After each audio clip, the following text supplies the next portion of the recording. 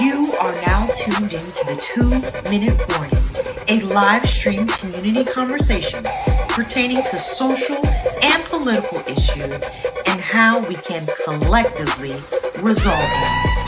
Powered by the Westside Gazette.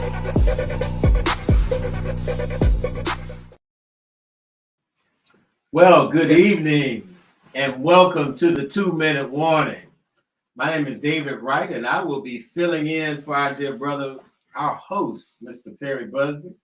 Hopefully, Perry will be joining us here shortly.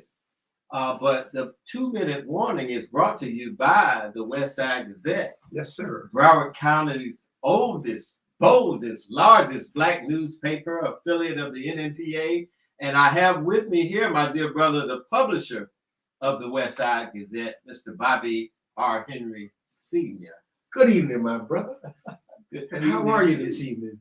Doing well. Doing well. With all this sun, I'm black and getting blacker and getting better. Say it loud. I'm black and I'm proud. Absolutely. I'm terrific. I am terrific and getting better. Yeah. Yes. Awesome. That's what's happening. Awesome. We don't know our host Perry out in the desert somewhere running around. I hope he's all right. Didn't suffer from a heat stroke. Yes, he's out on that West Coast, as we Yeah. say. He's coast to coast. And, unfortunately, he's not here right now, but he's always here in spirit. So we just feeling that vibe on our dear brother. Absolutely. We're going to have some serious conversation tonight. And looking forward to hearing from our viewers out there. Matter of fact, if you're viewing on Facebook or YouTube, please make sure you like us. Hit those buttons and really let us know how you feel. We have a live chat going on, so if you guys want to give us some input on today's topic, which is overcoming the miseducation of African American history. So we're going to hold back on that because that's coming, but we got a few current events here. Lots of stuff going on, man. A lot of stuff. You know what concerns me is that the things that are happening in biblical proportions, if you will, it seems like hate is on the increase, which is nothing new under the sun, but things are happening. But one of the things that's happening here in Florida is that the outbreak of leprosy, and what, over 400 and maybe almost 450 cases of leprosy. Now, I don't know about you, but in my lifetime, I've never experienced other than what I've read in the Bible about leprosy. So here we are, this extreme heat and leprosy. And so my mind readily shifts to the greatest book of all times when it says it won't be water, but fire next time. And I'm gonna send some creatures and do some things to you to cause you to let my people go. And this leprosy has me, not worried because it is written. And therefore, if it is written, then it's going to happen one way or another. Mm-hmm. So let me ask you, why Florida? I'm not hearing this anywhere else. Well, in Florida, believe it or not, they said the ark, some of the wood that was built, that was used to build the ark, was found in Jacksonville, Florida. Mm-hmm. So there's some ties through history throughout Florida. Some of the most hideous acts on human beings happen here in Florida. Mm-hmm. So why not Florida? Why not? Mm-hmm. Why not? Mm-hmm. So yeah. So a lot of things going on right here in Florida. One of our former guests on the show, Dr. Marvin Dunn. Oh yes, Dr. Dunn. Yes. Mm-hmm. So there was a settlement done here recently, where there was some kind of obstruction done when he was just doing his due diligence up in the Rosewood area, right? And there was a gentleman by the name of David Allen Emanuel that tried to obstruct, run him down, his federally funded program that he was working on. So back about a week ago, an all-white jury found him guilty on all 6 charges of obstruction of this black man who's just trying to tell a story there, just teach the truth. And here it is live in front of you, audience. So kudos. I mean, I don't want to say kudos in the event that what Dr. Dunn had to go through with this intimidation and these threats, but it was found that a jury, I guess, of our peers. But it wasn't an all-white jury. It was. That was none of my peers. Okay, well, that's what the law says it is. Okay, but they found this gentleman guilty. So I guess sentences is forthcoming. It must have been serious, man. It had to be. Well, first off, you don't mess with Dr. Dunn. Let me just tell you that right now. He's in Miami, so kudos, Doc. We behind you 100%. I can't wait to bring you back on the show and let you share a little more in depth about that experience. Now let me see. Now it was Dr. Dunn and his son, and the gentleman, the white guy, in his pickup truck, tried to run them over or impede their progress. And what Dr. Dunn normally does is that he has these educational tours of places where Black history actually occurred, and he was bringing students and other guests who wanted to know and feel and be a part of where history took place, right? He does that tour pretty regularly. I have colleagues of mine that have gone, and I really want to attend one of those because that area is where some of my family's from. Okay. From my grandfather's side. But again, Dr. Dunn, we continue to motivate every aspect of what you're doing and teaching the truth. We want to encourage you to never give up, and we're glad to hear that this case has worked in your favor. Yeah, absolutely. And what else you got going on over there, man? Oh man, we first off, have you ever been to Hawaii? Believe it or not, I have. I would show. I have a tattoo on my arm from Hawaii. Yeah. As a matter of fact, one of our production managers has a tribal tattoo on his arm. A tribal band. Yeah. Well, they're kind of hot over there right now. They've experienced some hurricane force winds, which created some type of fires, and it's pretty hot right now. And big island. Man, again, we're a paradise, considered, and to be devastated by fires with hurricane wind forces. They tell me people had to escape by jumping into the ocean, and I don't know from last count how many people have actually perished in that fire, and we pray for them. We pray for all those involved in that situation, and we're catching hell here, but we don't have the fires. And where can you go on an island? But in the ocean, find some kind of safety. And they've had issues with volcanoes before, but this is something totally different that I'm sure they're not accustomed to. No. As a matter of fact, we were on the island, and there is a connection between Africa and Hawaii. Some of the great kings actually came from Africa. And while we were there, we visited Mount Mauna Kea, and I may be mispronouncing it, but on this volcano, one of the most clearest points where you could see the heavens, if you will. And on this mountain is a volcano, a lake. And what the natives would do is that when they would walk up this mountain when they gave birth, and they would take the umbilical cords from the baby and throw them into the lake so they could be ever connected to that land. Yeah. Well, our prayers are going out. One of our viewers, Ms. Samuels, was saying that at last count, there were 39 deaths over Hawaii. So Wow. our prayers are truly going out to those folks. And praying. What's your crazy buddy doing, man? What's Trump? What's Trump up to? Who's that? My buddy. Well, you know, he just left Montgomery, Alabama, right? Oh. And you know what happened in Montgomery, No, man, Alabama. hold up. What happened in Montgomery, Alabama? Well, apparently, I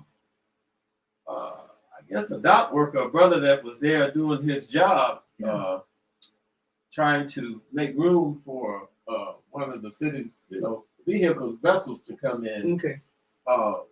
Riverboat, was attacked.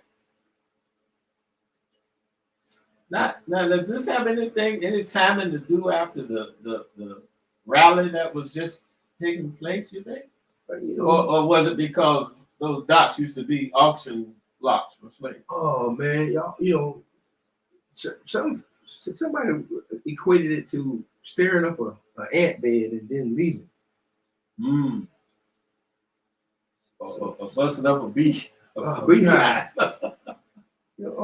And what you mentioned an interesting point about enslaved people being auctioned from those docks, and the fact that there was a folding chair used to address some of the standing issues. And ironically, the folding chair was invented by a black man.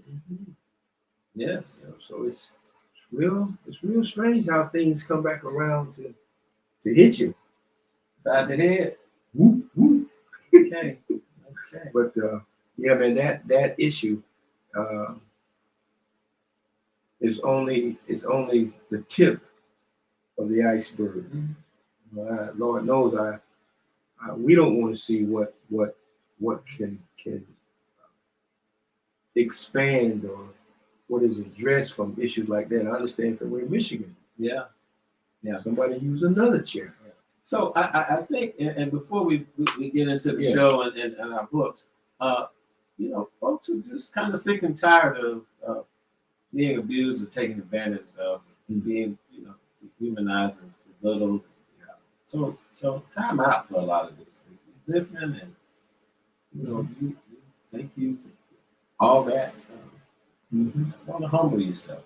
Yeah, we got to find a way to get to it. But our dear brother Roland Martin has written a book called White Fear, and it's how the browning of America is making white folks lose their mind. That's the subtitle for the book. So, and I guess if you've been in charge, you've been, the head, and things are, I'm glad you use that word, Right. And things are starting now to shift, and there's records that show that in a certain number of years from now, they may not be the head anymore. I think he expounds on that theory, and that it could give us some framework on where we are right now and why we're seeing these backlashes or these outlashes in our history. You got a book you were telling me. Yeah. You've been This book, and for all of our viewers and listeners, if you haven't read The Coming by Daniel Black, I would ask that you read that book, The Coming by Daniel Black. Yeah, even though it is not a first person view of the voyage of the Middle Passage, it's filled with historical accounts of what transpired through the Middle Passage, but also before the Middle Passage, and how our psychic, our mental capacities were formed, changed, reformed, changed, and now as a finished product of that whole institution, here we are. So I would ask that everybody had to read that book. So yeah. But let's go ahead and jump into the Yeah. show. We got some guests sitting backstage. Yeah. You want to yeah. go ahead and bring them on? Yeah, let's do that. Okay, go ahead and start. Okay, let's start with the youngest, and then we'll go from there, right? Okay, Great. So he's no stranger to our show. This young man, first of all, is a seasoned politician, not politician, but a seasoned politician who has been shaped by some of the circumstances in his life and his vision of what he wants to do in life. So I want to introduce, if not the youngest person that ever ran for a seat on the Broward County School Board, and is now a freshman in college, our friend, Mr. Raymond Adderley. Hey, Raymond. Now, how's it? Hey, how are we doing out there? We're fine. Doing well. Yeah, Mhm. good. Well, I'm doing okay too. And just so you know, I got my folding chair on deck. I went and bought it on Walmart in case any foolishness goes down. So I got my folding chair. I keep it in my trunk just in case I got to protect myself. Okay. That's good. All right, who's next? Who we got next? So before we go there, anything else you want to add to that introduction? The chairs just kind of floored me. But anything else? Anything that you might have been silent on anything? No, I mean, I would just say, I mean, like Mr. Henry said, this is always one of my favorite shows to come on. You know, I routinely rotate between this one and Race and the Races with Sandra and Nikki. And so these two shows are always very good for me to come on and just be very, very honest without having to put the politician spin and make it look pretty about what's going on in our society, in our community. And so I think this is going to be a very interesting dialogue, but I encourage it for us to be very truthful in this dialogue as well. And I think that we'll accomplish that. Absolutely. Mm-hmm. Well, our next guest is also no stranger to the 2-minute warning. Her name is Marion M. Williams. She has over 25 years in education at Broward County Public Schools. Currently, she is an instructional facilitator in the Equity and Diversion of Schools Climate Department. And in addition to that, she's providing professional development for teachers, professional development for for staff, and also a district liaison for diversity committee, which monitors all of the schools' diversity and racial equity issues. Again, no stranger to the 2-minute warning. Let us bring on now Miss Marion M. Williams.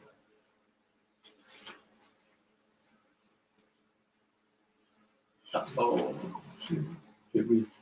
I think we just lost Dr. Williams. So when we get her right back, I hope she didn't hit the exit, but when we get her back, we'll bring her right on. Yeah. Now, our next guest, now this young man here, when he came on the show, he just blew us away. He's a doctor, first of all, earned doctorate, but he is so level and down to earth. I want to bring on. We tell him to be quiet.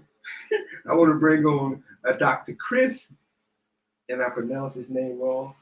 Endem. Help me out, Doc. What's going on, beloved? I'm glad to be here and share space with you. Honored to be in company of you both and also Brother Adderley, and I'm excited for the conversation. I just want to also say how much respect I have for Brother Bobby Henry. Our last meeting together was really powerful. And since then, had an opportunity to just check out the work that you've done over the course of your life and career. And I'm just humbled to share space with you, brother. Oh man, I can flip that script right back on you. It really is. It's a sense of relief when brothers and sisters who have been in the struggle and are in the struggle can find that kindred spirit to allow us to take a breath, if you will, and know that the fight is still going on. But Doc, I certainly appreciate it. I don't know if you're still in California or not, but I just want to read something that you said, and it just stuck with me, and I want to pull it up here and just read it. I didn't have Ariel put it on the screen. I just had it here, and I just want to. It says the charge as a black man is clear. Make oneself available to those with a good head on their shoulders and a vision and heart for the people. You know, and that says, you know, magnitudes about who you are, and I certainly appreciate you, bro. Yes, sir. I'm humble. Charge to keep. I have. There you go. There you go. There you go. Thank you, Doc, for joining us. And now, if you can unmute yourself, Marion Williams, how are you? Welcome. Welcome. Thanks for having me back. With all my accolades, I like to say that the one thing that you miss is that I am a very proud Dills alum. So I am a homegirl, born and raised. I know. But listen, I'm about that life. Yes, I am. I'm a nobody can say that as well as you. So I was leaving that for you. So as I do my work within Broward County Schools, I also bring with me that community activist part of me, knowing and understanding our community and fighting for the same doors that was open for me to continue to move more students through it. So again, thank you for having me. I look forward to our dialogue today. Very good. Very good. You know, Raymond, you obviously you saw the need to address issues, to run for a position on the school board. How does that play in your mind now? And you know, how much more is it needed for your vision? Let me just say it that way. Well, I don't like to be an arrogant guy, but I think that I did the very best that I could do given the circumstances in running for office. And I really want to say that my campaign was run on very grassroots issues, very head-on issues. And I believe that we're beginning to see a lot of that come to the fray now, aren't we?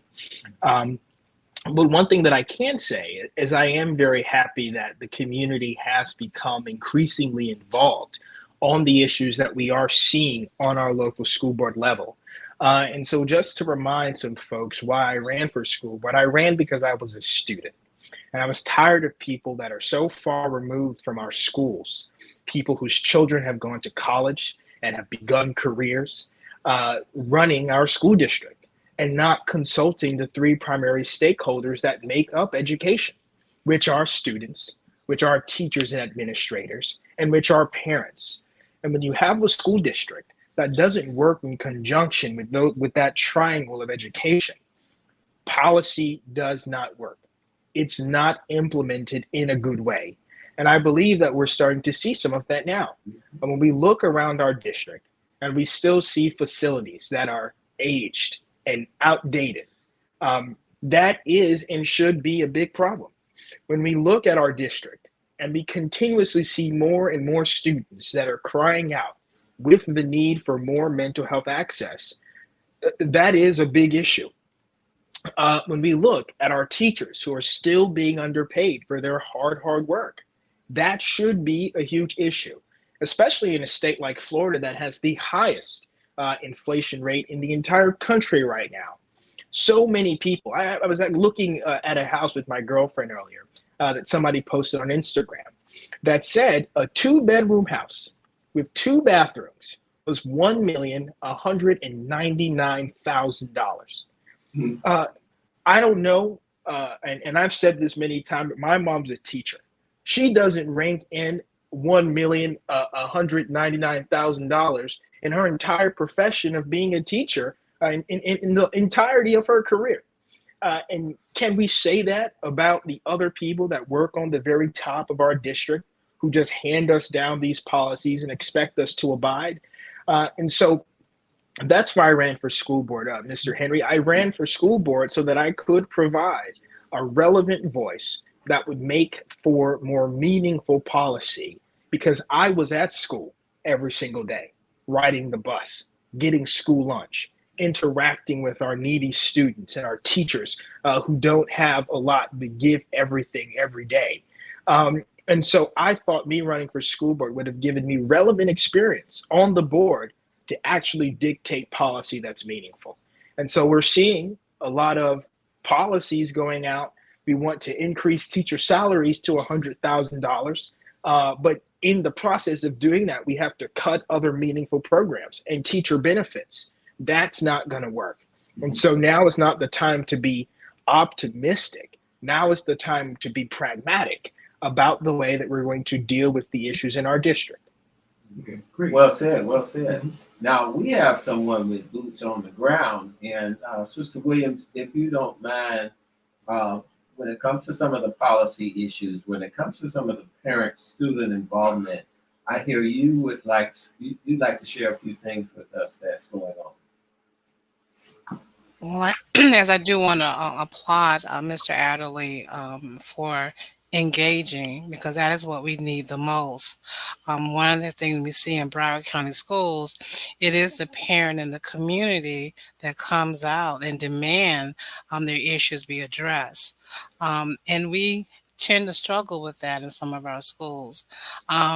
We Even the last set of legislations, we've had very few parents actually come and speak to some of the concerns.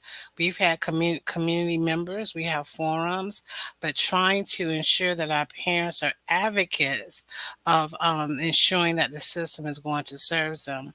And that is a part of our job. It's part of my job, is not only as my professional job, but my community job, to make sure our community is educated and informed how to ensure those services are provided.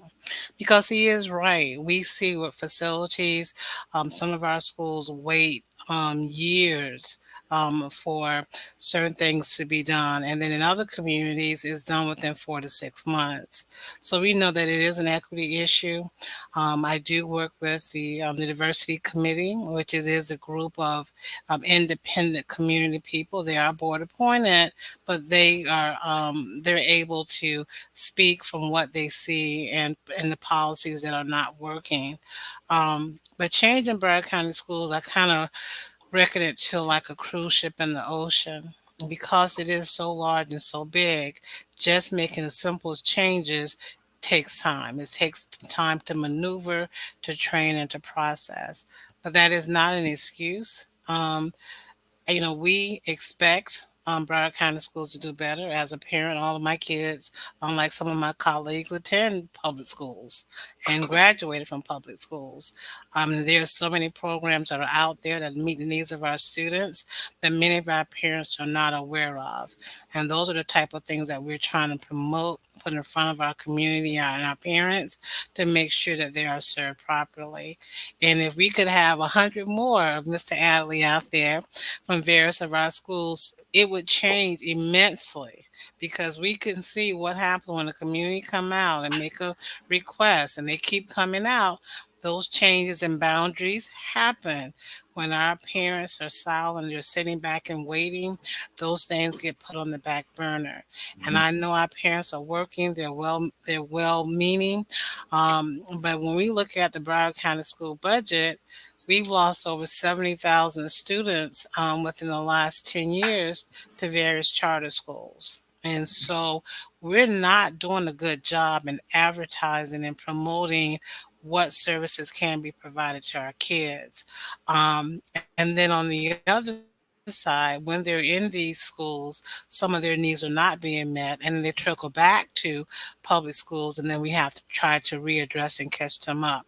So we have a lot of work to do. We have a lot of work from and within the last 2 years, we have not had stability in Broward County. We've had 3 superintendents in less than 18 months, changes of leadership. And so therefore, the teachers on the ground lack direction. And so we're hoping that as we move forward, we can settle into some concrete leadership that is going to provide guidance not only for staff, but also do that outreach to the community that's much needed. Okay. We're gonna hold you right Yeah. there. Yeah. Yeah, Go ahead, brother Doc. Okay, now you've heard this. How? Oh man, what do you Brother, see? let me, Come on, I'm gonna interrupt you real quick. Just because what's been said so far is just so powerful. And such deep appreciation for Brother Raymond and Sister Marion for the way that they've laid out the general landscape. And I'm particularly moved by the young brother's decision to run for the school board. And it's so funny because as I hear him describe why he runs for the school board, it aligns to what the intention and purpose is of the school board to begin with. It is supposed to be this nonpartisan entity that is focused explicitly on the particular needs of the young people, to create the conditions to allow them to be fully actualized, and to support the educators to help the young folks in that endeavor. That's the purpose of the school board. And so he's running with a purity in spirit, purity in intention, and purity in approach, as you can tell the way that he articulated the idea. The fascinating thing that we have to understand, though, is that his running for the school board is actually more complicated than just that. It would be lovely if it was just about a young brother saying, I went through schools and I want to hear my voice and I want to support the community. The reality is that the school board in current America is the most contested and politicized position that exists in this nation. Why? Because folks who've recognized that they only got a leg to stand on when it comes to educating young folks have become infiltrated the school board and are starting to make decisions about how schools operate, with everything from curriculum to buildings to resources. In fact, the school board has become the handmaiden for the oppressor in contemporary America. They created the discourse in the school board to include conversations about obscuring history and truth. It's become about who's going to vote for who. It's going to vote. Let's talk about who's supporting a Republican faction versus a Democratic faction. And while I certainly believe in the need for us to be able to have political conversations, the intention of the school board has never been to politicize the process, nor is it for people who are supposed to be focused on children to become the handmaidens for political powers who are interested in the oppression of Black and brown children. And that's what it's become. So, you know, when Sister Marion says, like, we realize that in Broward County and similar school districts, that things don't happen often enough, or in another school district going to happen in 4 to 6 months, and we got to wait 5 years. You have to also understand that that's deliberate, right? People beyond the school board will intentionally not allow the school board that is run by Black folks to meet the needs of Black folks, so that the community gets frustrated. When a community gets frustrated with folks who are like them, not because of the decisions of the school board, but the entities beyond the school board who are orchestrating the school board, they say, well, this school board ain't working. I need to go get somebody else. And the somebody else is always your enemy. So now you will not ask the folks who are on the board who are trying to do the right thing, what's stopping this from happening? And they'll be like, well, it's the decisions, it's the governor's office, it's the district's office, it's the funding. You don't ask them why they can't do what they're supposed to do. You blame them for not being able to do what they want to do. And then you look for change. And that's how they got us. The way they got us is they make sure it slows down. Then you say, I want anybody else. And you're so desperate for somebody else that you let your enemy into your house. And now you see school boards in Black and brown districts being run by folks who ain't have no interest whatsoever in the district. And then you have Black folks who are supporting these new folks who don't give a damn about us. And before long, you'll find that small things get done and big movements start slowing down. So they say, you know what? I'm gonna give you a little bit so you feel like you got something done, but the whole entire entity gets destroyed. So you know, you're gonna hire or you're gonna invite some Republican operative or hyper conservative into your school board because you said the old school board wasn't doing nothing. And yes, they will give you paint on your walls. You're gonna be like, oh my God, for the first time in 15 years, we got some paint on our walls. And you're so distracted by the paint on your wall, you don't recognize that your whole curriculum done shifted. You don't recognize that the whole entire approach to teaching and learning is not focused on the needs of Black and brown children. And so I just want us to understand that the school board is in purity is supposed to meet our needs. But you have to understand that school boards are beholden to governments. And don't kick out the people who are on your side, who are victimized like you, inviting your enemy in that will give you a quarter and take your millions. And so we need to have some sophistication about the conversation around how we must re-infiltrate school boards. Re-infiltration of school boards with good brothers like Raymond Adderley. And recruit young people who are just out, who still know what it feels like to do things, that have the fervor and the wisdom to not be victimized by this idea of radical change when you just get a little bit and they make sure that you remain oppressed. Wow. Well, look here. Well, listen, we're kind of at the bottom of the hour, and viewers, if y'all didn't get anything out of that, give me something in the chat. Y'all come on, comment, let us know really what's on your mind, especially after that wealth of knowledge. I think the brother dropped a little. Amen. Ratchet. He's a ratchet individual. Come on, Doc. Bring that. And now, look, and I always tell folks this: I am ratchet. Mm-hmm. I embrace the ratchet. Y'all in Florida, so you know what it is. Ratchet was born in Florida, but I am ratchet and academic, right? The title of my book is Ratchetemic, which is to say, I operate with a fervor, with a passion, because my people's lives are at stake. And if I am too respectable, you will now focus on the fact that this is urgent. But don't get it twisted. We ain't just loud talking to be loud talking. We academic as well. We got information, we got history, we got PhDs, we got knowledge, we got expertise. And oftentimes there's a misperception that when Black folks enter into political discourse, educational discourse, that we only do so based on emotion. And because we're emoting, because we're emotive, because we are passionate, we're dismissed as not having the intellectual capability to engage in rigorous conversation. No. You don't lack the capacity to have any emotion or fervor and passion because you ain't got no soul. So you could be academic all day long, but being academic in the absence of soul is just a performance of intellectualism. That's not what we want. We want somebody who's passionate and informed. We want somebody who's ratchet and academic. We want somebody who could talk that talk, but still got the PhDs and the degrees to back it up. And that's also one of the ways that our enemy confuses us, because we will dismiss the intellects in our community because they appear unpolished. Oh, he's a little too much.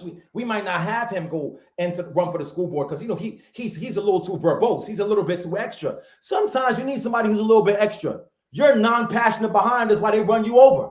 That's why your vote don't count. You ain't got no feeling, no soul. Don't you think you want to vote for this instead? And you're so wishy-washy because you ain't got no backbone. The ratchet folks got the backbone. They stand for something. And ratchetness in absence of being academic is performative and useless. Well, we could do both at the same damn time. That's the beauty of Blackness. The beauty of Blackness is how Brother Bobby and Brother David opened up this conversation. I got me this little tattoo when I went to Hawaii. Ain't it crazy, this leprosy thing going on? Now let's talk about education. We as Black folks have the capacity to be equally as intellectual and academic and convivial and joyous. Don't let your enemy convince you that your sauce is an impediment. No.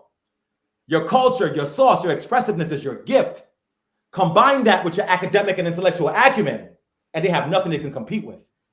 Doc, if I could, and Sister Williams, I want you to chime in on this too. So here we are. We're caught in between a rock and a hard place, right?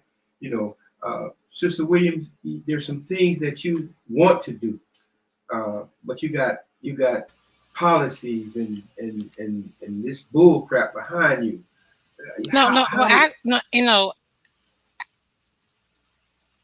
Actually,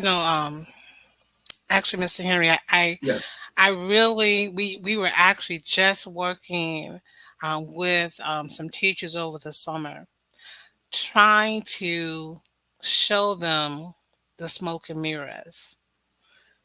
Because to the reality in Broward is we have school board members that were not voted in, but were appointed by our governor.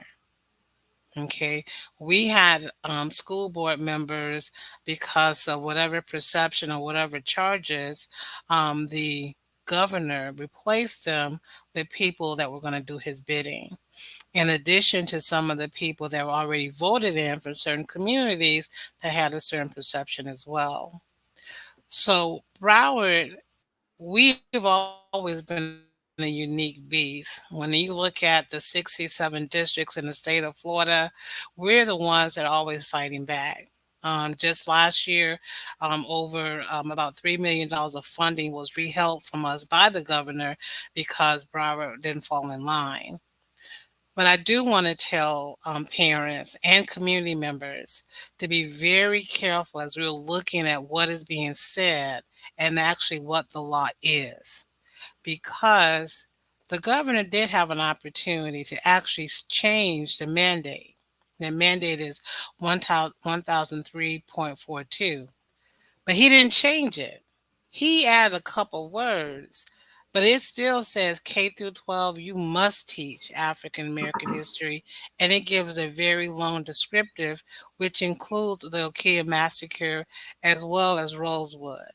So sometimes, like, we'll see a law that's already in place, it hasn't changed, and then he puts out these flares to gather attention.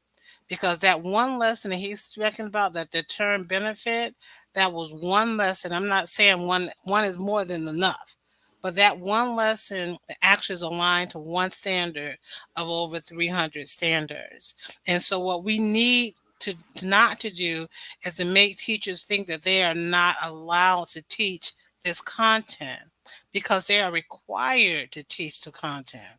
Mhm. Even before we had DeSantis, we had teachers who were trying to be passive about teaching our history. DeSantis just the next person up. We have to take ownership and make sure that when our kids are coming home, that they see what they need to see in the curriculum that reflects them as according to the law. So we have a lot that we can work with. There's a lot of things in our curriculum that our kids can be taught K through 12 across the board. The only standard that actually changed was the social studies standard. But the law requires African American history to be taught K through 12 across the curriculum. Now, Okay, let me. unfortunately, when I'm out monitoring, I'm out talking to schools, and I'm looking at documentation, I see that is not happening. Right. And so we're constantly talking to our various department to say, why isn't that happening? Even when the money is there for trainings, even when money is there for materials and books, there's a slowdown and a resistance to truly educate our students. And these are the hard conversations that I'm glad to have, not just with my community, but with my colleagues as well. Broward is a majority Black school district. And for kids to be in our classroom and not to be able to see themselves in curriculum, it is dangerous. And so we have made partnerships with community organizations to make sure that we're reaching out to them and they're reaching out to our schools, for our schools can take kids to actually see and experience it themselves. Not only do we have the Old Dillard Museum, we have the African American Research Library, and we've actually just added on the Island Spice Museum, that's in the Broward Mall. It's a Caribbean history museum, because a lot of our students is of that heritage. And so we're pushing the envelope, but we need also to have that reinforcement from all of our partners to demand that Broward County Schools actually honors the policies that we do have. We have one of the broadest non-discrimination policy that requires inclusion of all of our stakeholders. We need to hold Broward County Schools accountable, not just through our school board members, but also what we see within the school itself. Okay, Absolutely. Brother Adelaide, I just want to get you back in this conversation with your high school education. Sure. Can you concur with some of the things Sister Williams is saying? Oh, absolutely. But let me give you a little backstory first, and then let me answer that directly. Mm-hmm. So I went to a private school from 6 months old to the 8th grade, because that's where my mother worked, and everyone in my family had attended that school.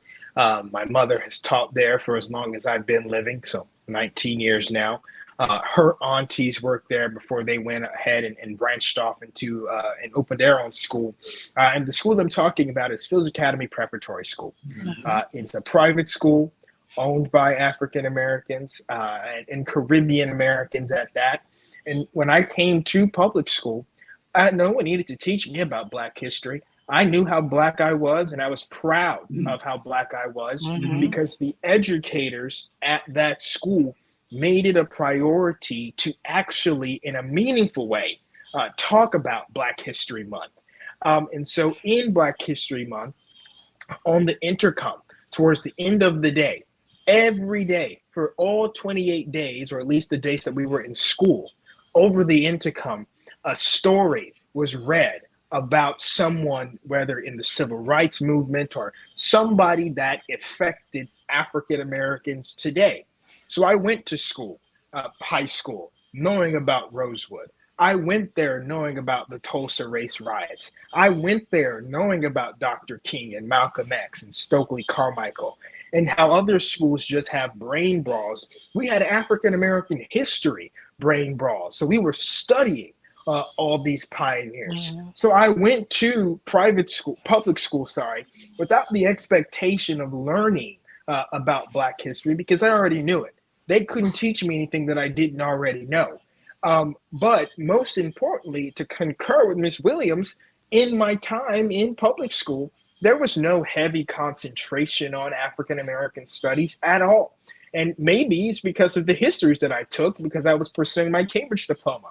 But I took ACE European history. There's nothing there about the slave trade.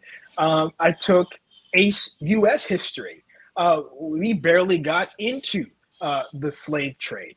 And so that's because these curriculums kind of pints down American history to maybe about 5 or 6 major sections that does not include that. Now, in college, I just took a class called, it's American History from 1877 to present, that I learned just a little bit more about Black history, but not in learning about people like Miss Ella Baker and Sarah Mae Fleming, names that I hadn't heard before, but I learned through my Black doctor history professor, Dr. Candace Cunningham at Florida Atlantic University. And so I will say, and I will concur with Ms. Williams, that we do give a great disservice to our students by not educating them in order to captivate the minds of young Black people and make them feel equipped that they can do what the people before us have done. We must educate them on what our people have been able to do. And so I learned about Garrett Morgan in kindergarten. So I always had a belief that I could create and I could invent. But how many more of our students across Broward County have never even heard the name Garrett Morgan or Thomas Edison? And so if we are not sparking innovation and creativity through our conversations, through what we're teaching, then we are doing a great disservice to our students. Absolutely. Yeah. And as we know, so much of this education about our history starts at home. But there are several comments in the chat. Doc, some people were fired up when you were talking. Ms. Samuel says he spoke the truth, the soul, the truth. And PA here says, I agree with the soulful engagement. Doc, can you add a little more? Can you put a little more flavor on that song? Yeah. First of all, Sister Williams and Brother Adderley are just speaking such facts. I mean, like I'm just enamored by their intellect and the beauty with which they describe what needs to be done. And I love in particular, Brother Raymond, if I may just call you that, like I love the way that he said, like, once I got the stuff when I was in school, I didn't expect them to teach me that because I already knew it. And this is where we have to collectively get to. Like, look, if the expectation that your enemy is going to tell you how to be able to defeat them, like if you're walking into a school building where folks who are not on your side, you are expecting them to teach you how powerful, great, historically rich you are, something's wrong with you. I mean, and this is not to say, but Sister Williams, I really honor the idea, like, we're going to go and teach these teachers that you are mandated to teach African-American history. Yes, but man, even the mandates, how you teach African-American history matters so much more than what you're teaching. So if you're teaching me African-American history and you're doing so, like you're teaching me a dry curriculum and no story and no context and no information, and I just need to memorize something and don't really mean nothing to me, you might as well not teach me at all. And in my opinion, because what you do then is you develop in me a perception that my history is mundane. If you teach African-American history the way you teach your boring math lesson, then I'm bored. Our babies are bored by our history because we don't give no context to the history that we teach them. And so it's not just what you teach, It's also how you teach. It is also about recognizing, and Sister Williams talked about this, the weapons of mass distraction that your governor has put in place. He ain't, listen, let's be clear. He ain't got no choice. Like, he's allowed you to believe that he's making a decision about whether or not he's going to approve y'all to teach African American. Brother, you're not even a brother. You ain't got no choice. By law, you got to. So what he's doing is he's saying, he's acting as though he has a decision about whether or not it can be taught, so that the teaching force can be in doubt about whether or not they can teach it. All he's doing is creating intentional distraction from the fact that you are mandated to teach it. Whether you like it or not, by law, you're supposed to. If you ain't doing it, you breaking the law. The actual law being broken is you not teaching it. But if I can convince you that this is such a hot button topic that I should stay away from it, then you make me complicit in not following the law I'm mandated to implement. So we got two issues at play here. We got how it's being taught. Then we got two, the weapons of mass distraction that's convincing you that you ain't got a responsibility to teach it. And then lastly, and here's my part, man, and y'all might not like me for this part, but also African-American history is not a subject. It is a way and school of thought. That's right. You can teach African-American history in math, English, social studies, art, underwater basket weaving. Ain't nothing that we ain't touched, done, and improved. Whatever Black folks have touched on the face of this planet, they've made better. Everybody talk about the Montgomery Brawl. The Montgomery Brawl is an exemplar of the collectivity that is inherent in Blackness, despite the fact that the enemy would like to make us feel that we're in opposition to each other. When it get down and the hat go up, that's how we get down. That's how we get down. These folks are trying to convince us to be something other than who we are. And we're complicit in the process. I am Black history. Why? Because through my veins is the blood of my ancestors running through me. I'm a mathematician. So I know Robert Smalls. I'm a scientist. I know Benjamin Banneker. Man, even the Montgomery Brawl. The old boy who threw the chair, Nathan Alexander, invented the damn folding chair. Are you kidding me? So there's no escaping African-American history if you view it in its full totality. But when we extract it out and present it like a European concept and construct of information to be memorized, we demean the beauty of something that is a philosophical understanding and not a subject to be taught. Raymond, I see you got your hand up.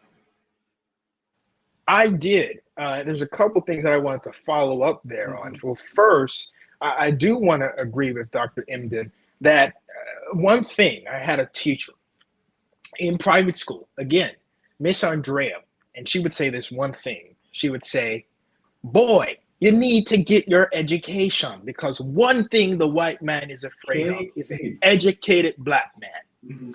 And it couldn't be further from the truth. And now I want to take this argument that Dr. Emden has been using and put this into perspective of just how long in Black academia this idea has been perpetrated. And so I'm looking here now at Alan Locke, who wrote The New Negro, and I'm gonna quote a couple lines here. He says that the Negro himself has contributed his share to this through a sort of protective social mimicry forced upon him by the adverse circumstances of dependence. So for generations in the mind of America, the Negro has been more of a formula than a human being, a something to be argued about, condemned or defended, to be kept down or in his place or helped up, to be worried with or worried over, harassed or patronized, a social bogey or a social burden. And the thinking Negro even has been induced to share this same general attitude, to focus his attention on controversial issues, to see himself in this distorted perspective of a social problem. There is nothing distorted about being Black and being educated. And there shouldn't be any time at all where African Americans should feel bad. They should feel too uppity. And you know, one thing that I did struggle with growing up that helped me realize that you can be Black and educated, because everywhere, hey, I'm from Carroll City. That's the hood, Miami Gardens. And everybody down there speaks Ebonics. Everybody says screet instead of street. And so when I come around with my fancy private school uniform, and I get called white boy, I get called uppity.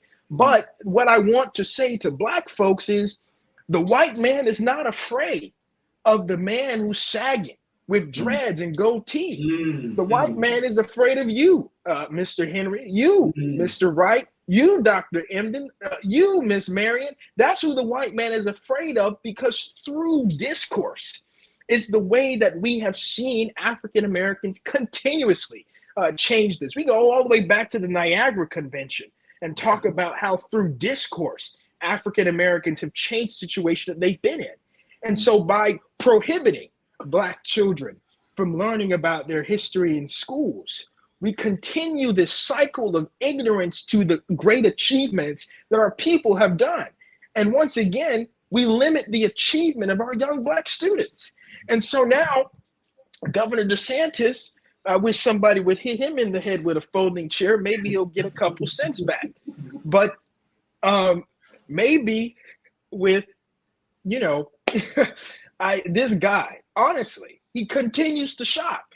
And so when I say that, slavery, let's talk about that. When did it become beneficial to Black folk? And maybe I could see the argument that it allowed us to get specialized in picking cotton and allowed us to become sharecroppers. But even through that system of sharecropping, what it didn't do was it did not set up African Americans, 40 acres in a mill and Special Order 15.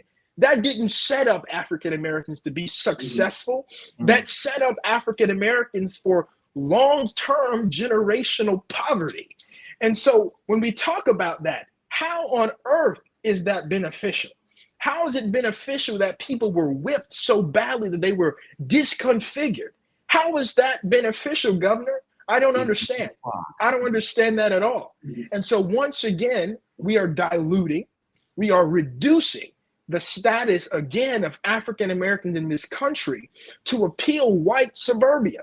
We didn't elect a governor to just appeal white suburbia and leave everybody else out. Once again, and I've said this before, Republicans use public education as a means to, number one, defund, number two, de-educate, and number three, they use it as a warring ground to get parents on their side. And so Ms. Marion said earlier that there was 70,000 students in the last 10 years that we've lost to charter schools. Absolutely. We're going to put more students, and parents are going to take their kids out of public schools that the governors continue to make like these are their scary things, and teachers are doing whatever, and teachers are teaching unregulated, and students are fighting, and there's so many guns. As a parent, I want my child to have the best education. I'm going to move them from the public school and put them in the private school so we can continue to have an argument against why we need to defund these institutions, why we need to not increase teachers' salaries, why we need not to build better facilities in our schools. And so this is all coming back now. And so now slavery is beneficial to African Americans and those people. I don't know how to farm. I don't know how that was beneficial to me.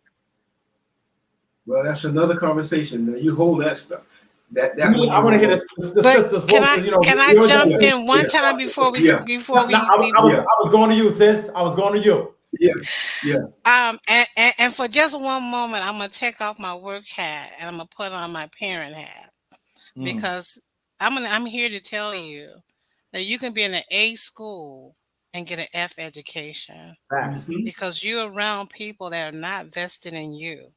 And I say that as a parent, especially of a parent of two Black boys who are now 23 and 24, who went to William Dandy, a all-Black school, went to Dillard, an all-Black school, went to two HBCUs, Alabama State and Delaware State. And they walk with their intelligence, they walk with their brightness, and they walk with who they are. Because my goal was to raise Fresh Prince, not Carltons. My boys don't have to act like anyone. And they have a Yes. daddy, and they Oh, have a daddy at home. Okay. But one of the things that happens to a lot of our bright kids, our black parents will run and they'll put them in a Cambridge program that's then surrounded by adults whose goal is not to enforce who they are, but to show them who they're not. And so even though Mr. Alley got a great education, and I know Cambridge very well, and they can get you a couple college credits, but at the end of the day, the relationships that you create through those programs. Now he was lucky because he came in with a frame of reference. We have students like Mr. Adderley that are in certain programs K through 12, and they're isolated. They're bright, but they're not culturally fed into who they are and their identity. And so they become smarter and they become liking of who they are as they are as a person of color. And so it is very, very important for parents to understand that a good education is available in any school in Broward County. You can be in a Ely or Dillard. You can do dual enrollment AP courses and get the same academic vigor as in any other specialized programs, as well as being wrapped around a community that actually values you and supports you. And so we have a lot of that conversation because being a part of Broward County Schools, I could have chosen any high school to put my kids, from a Fort Lauderdale to a Pompano to a Nova to a Stoneman. But I chose Dillard because I knew for a fact that around them were going to be role models within the community and within the halls that were going to fortify them to become a strong advocate, but not only for the community, but just understanding how to be successful as a black man. I remember sitting in those seats at Dillard my sophomore year, and Marvin Dunn walked in that door. He spoke to us about advocacy. He spoke about being at Morehouse and having Dr. King walk in and speak to him, and how it was our goal, it was our obligation to make sure that we stay committed to our community. And so even though I work for a large school district, some things are bred within you that you have to figure out, how can I make this work best for not only for my job but also for my community. And so we have a lot of work to do. There is no perfect system. My only thing is I feel for a lot of these parents who are pulling at straws without really being educated and informed for what the outcome looks like. And we talk about private schools, the amount of money that DeSantis gave for private schools, the parents still going to need another 10,000. And I promise you, schools like St. Thomas are not opening up seats to accommodate our kids. But the parents who are there will get a tax break, but they're not there to bring in our students. So we need to continue to have these level of conversations to make sure that parents know the success, what works, what services are there to fortify our kids, to make sure that they're coming out not only educated, but like Mr. Adderley, with a desire to continue to serve. And so, it's so important. We getting somewhere now, sis. You cooking now. I mean, we get into some sophistication that I think is necessary now with what you're saying. Because listen, we oftentimes get so caught up in trying to get our child the best education that in the process of receiving the quote unquote best education, you're also pushing them to be able to erase their authentic selves. Lose themselves. Yes. So now you got a whole black population of elites don't know who feel disconnected from their community and the places that they come from. Yes, and now their entire, you ever meet a brother or a sister and you be like, fam, you got the melanin, but something else is, I don't know what, everything else. And listen, let me tell you something. And those are the folks that become adopted into the political philosophy of those who don't have interest in black folks, and then get positioned to be those who are our spokespeople, because they are disgusted by themselves. You know what I mean? And so, I think it's that level of nuance that we need. Yeah, you want your child to have the best education. Is that the best education though? Because your child is going to get a whole lot of information and Eurocentric knowledge, but no knowledge of self. Yeah, something. Who they are. Yeah, and then what's the point of that? Right. So that's one point that good sister raised that I think is important to raise. And then also, do you understand that the funding of private schools at the expense of public institutions only serves for us to have privatized expectations for the children in those schools? Mm-hmm. If you have a child in a public school and you have the best public school, then the public can identify and determine what the expectations are, the norms are, the gifts are. When them kids is going to all them schools, they can say, you know what? We don't want to teach anything about anything anymore. And the public has no opportunity to be able to shift or argue for or support anything different. With hyper privatization of the schools actually leads to these private institutions constructing their own curriculums, curricula that are rooted in absolute fallacy. You're literally giving institutions permission to brainwash your child. Mm-hmm. We want to support public schools because we want to have public discourse about what is occurring in the schools. Mm-hmm. We want to have public expectations about what's going on in the school. We want public to discuss norms about how my child is being taught. I want to be able to have a public school as the most democratic institution there is. So when you move towards hyper-privatization, and this is not to say that the school that Brother Adderley went to wasn't amazing, but that is few and far between. Mm-hmm. Listen, I done seen some trash. When I say trash, private and charter schools operating across this country that are getting funding from the local and state and even federal governments because you said it's an alternative to the public school. Can the parent make decisions?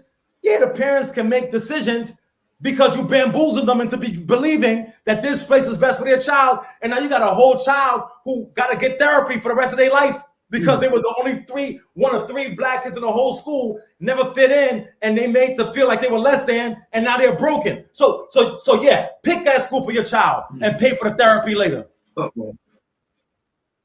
Yeah, I wanted to quickly get in there, and Mr. Bobby, you can correct me if I'm wrong. Mm-hmm. And I saw a comment here in the chat that said, as a parent, from John Shaft, as a parent, I've always said that the public school magnet programs are the private schools.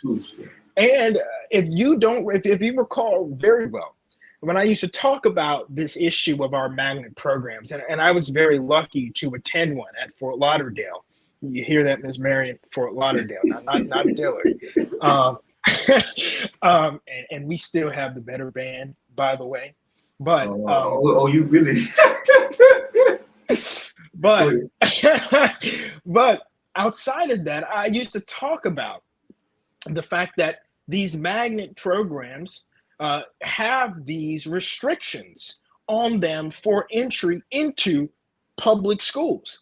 And so for me at Fort Lauderdale, I couldn't get in unless I had a certain test score on FSAs and EOCs. I couldn't get in if I didn't have a certain GPA or if I had not begun to take Algebra 1 yet. And luckily I did through my private school education. But what ends up happening at schools like Fort Lauderdale and Pompano is that the magnet selection process is often favors students who are white, of course, and who do attend more elite magnet programs like Beachside Montessori or what's another one? Or William Dandy, be that a black school, yes, but it has a little bit more resources in terms of pre-law and things of that nature. When we talk about making sure that our students are handsy and ensuring that they know trades, students can't even get into the 4 technical high schools that we have in the district because they need a 2.5 coming out of middle school to get in.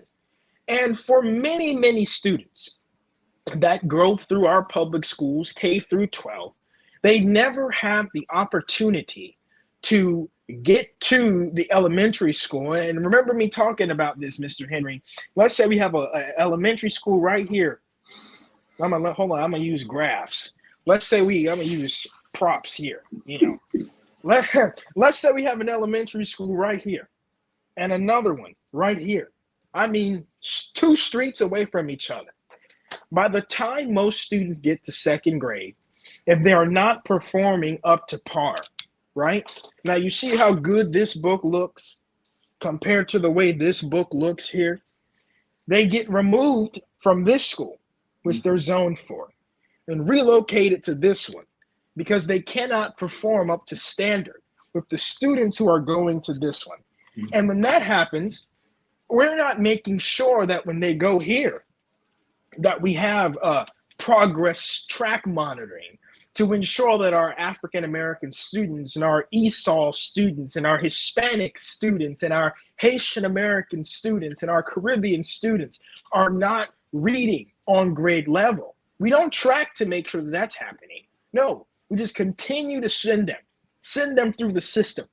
And so by the time they get to middle school, they can't go to the middle school that looks like this, with the quality programs that will set them up to take Algebra 1 and to take subjects like geometry that will qualify them for elementary, for high school magnet programs. No, we continue to send them to schools like this throughout their entire academic career. And now they get to high school and they're taking Algebra 1 in the 9th grade, which there's nothing wrong with that because Algebra 1 is a 9th grade level course. But when so many other students are eons ahead, because my brother, Ray Mel, he didn't go to public school, he didn't go to private school. And I often like to say it, and I'm glad that he's not watching because I never admit this to his face. But I do believe that out of all three of us, and I'm the oldest of three children, out of all three of us, he probably is the smartest one. You better say that to Ray Mel. Let him hear that. He need to hear that sometimes. Yeah, he needs to hear that. Yeah, let him see the replay. Let him watch the replay. Go ahead. He probably is the smartest one. And so he's in 11th grade now, and he's taken all high school level maths. He took geometry in 8th grade. So he went to 9th grade taking Algebra 2. There are students in this district who get to our public schools and who do take Algebra 2 in the 9th grade. But why is that not more so the reality for our Black students? Because as a system, we continue to put them here and we are not changing it. I think we get your point there, Brother Adderley. And listen, guys, this has been a how would you describe this conversation tonight? Every time we have an opportunity to pit training against education, and we get a little ratchet. You get it. We get what we need. Yes, sir. That's like a Cajun carrot, jerk, soul. This is it. But now y'all know we're over time, and like private schools, those that don't really have our interests at heart. We go there perhaps because of the athletic ability, a behavior ability might get you into that grade book ability that you held up. But we have to find that way to not allow our public schools to be washed out, if you will. And if we continue thinking that private school is an answer, we might be setting ourselves up. And viewers, if you're listening, our public schools should be getting our talented tips. Yeah, that's what. And I'm gonna leave it right there. You want to do a round before we close out? Well, we got now. Remember now, these professors and administrators and students, under the tutelage of. You can't give them a minute. We have to hold them to that minute. We got to hold them to that minute. And that's hard, man. We're trying to hold flame to a minute. But if we can, if we can do this, if we could do our best to try to don't go over 2 minutes in closing, and giving us a nugget that we can take away from what you have already said, if we can just take something with us to reinforce what you've already said. And we started with the youngest first, but let's be gentlemen and allow our sister, the queen, to speak first on this one. Well, I'm definitely going to try to stay within my 1 minute, right? I would love to come back to speak to some of the tools that our parents can look at to ensure that their kids' needs are being met. We are one of the most data-driven districts. We chart every child and every teacher. Now, there's a way that parents can actually see it themselves, but that's a conversation for another day. Okay. And again, I want everyone to please stay engaged. Please keep calling your school board members. Please make sure when your kids, if you have kids in schools or your school in your community, find out what are you doing, making sure that they are meeting what is required. We need to hold everyone accountability when it comes to our history. And again, our history is American history, and it should not be taught separately. It should be taught in its proper place when instruction is provided. Thank you. All right, Thank you. Raymond. Raymond, we're gonna use you as the middle person. So it's on you. No, no, no. I don't know why you gave this old Baptist preacher a time limit. Keep it on that. Oh, I But go to my seat. What they say in the old church. I'm gonna be brief before you on today. But I just want to close it out, and I just really want to say this was a great dialogue, by the way. But I really want to hammer it home here now, because now is not a time to sit idly by and be complacent.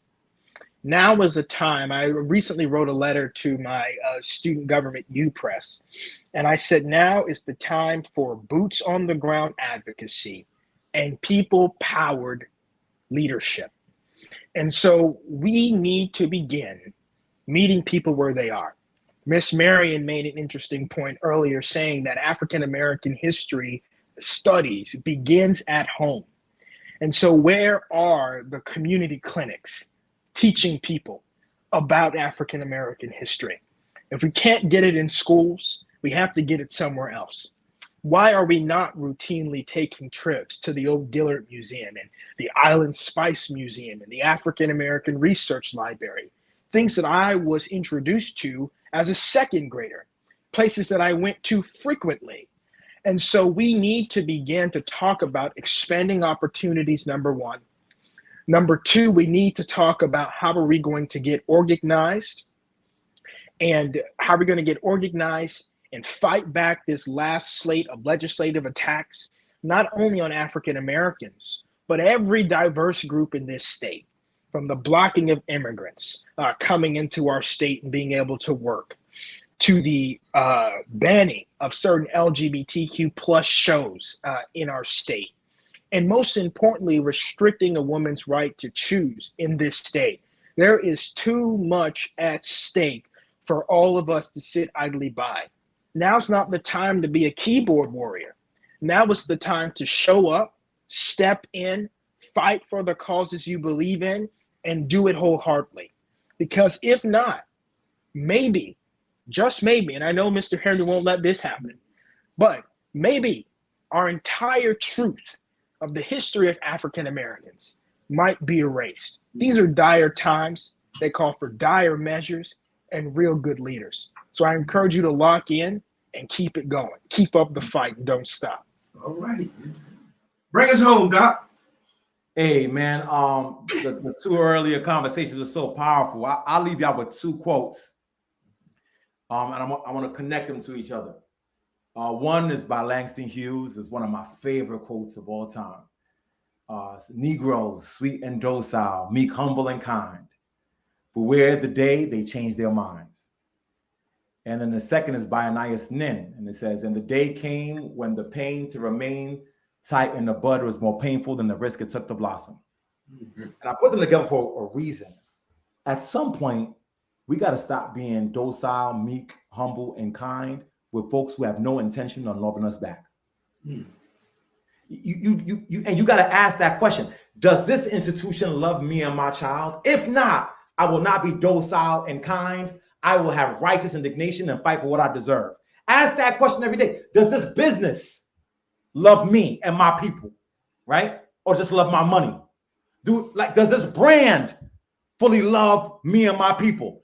And am I going to be docile and kind to my enemy, or will I change my mind and fight back? Because the pain to remain broken, disheartened by a structure that has no desire to love me. Sometimes you just got, look, Bob Marley, he said the most cowardly thing that a man can do is love a woman with no intention to love her back. And I think the most idiotic thing a people can do is love a nation, a system, and a government that has no intention to love you back. And when you hold on to that idea, the fervor and righteous indignation will drive you to do what is right to do. That is all. That sounds like some Mr. Wright? too. You know, I'm going to leave it here. Yeah. So much has been said. I think we have more than enough to chew on, to regurgitate throughout the rest of this week. Please take time to come back and revisit this deeply rooted show on the 2 Minute Warning. Again, hats off to our dear brother Perry Busby. Perry, can't wait to have you back on next week with us. In closing, sir. Yeah. This is trying to follow behind Hank Aaron to bat is a difficult thing to do. And sometimes you have to bunt. So there's a home run that has already been hit. You had some sluggers here tonight to knock the ball out of the park. And I just want to say I'm encouraged every time I hear Doc and Raymond speak, and Marion. Every time I hear them speak, it gives encouragement. So I would say to the listeners that the show was right tonight. Now is not the time to sit idly by and just watch things happen, to go as usual. We have to stir up the waters and create some things and stand up to it. We can no longer be docile and ran over. We have to be extremely, extremely mindful and in cases to be shrewd about what we want and willing to give it everything we have to get it. Not necessarily for ourselves, but for them little nappy-head boys and girls that come behind us, and they need to know the truth. So I commend and I pray for everybody that was on the show tonight and our listeners. We got our work cut out, but I know we can get it done. And I say thank you, everybody. Right on. Right on. And stay tuned. Stay tuned next week. We have some more powerful shows coming up ahead of you. It's still National Black Business Month, so stay tuned. All right.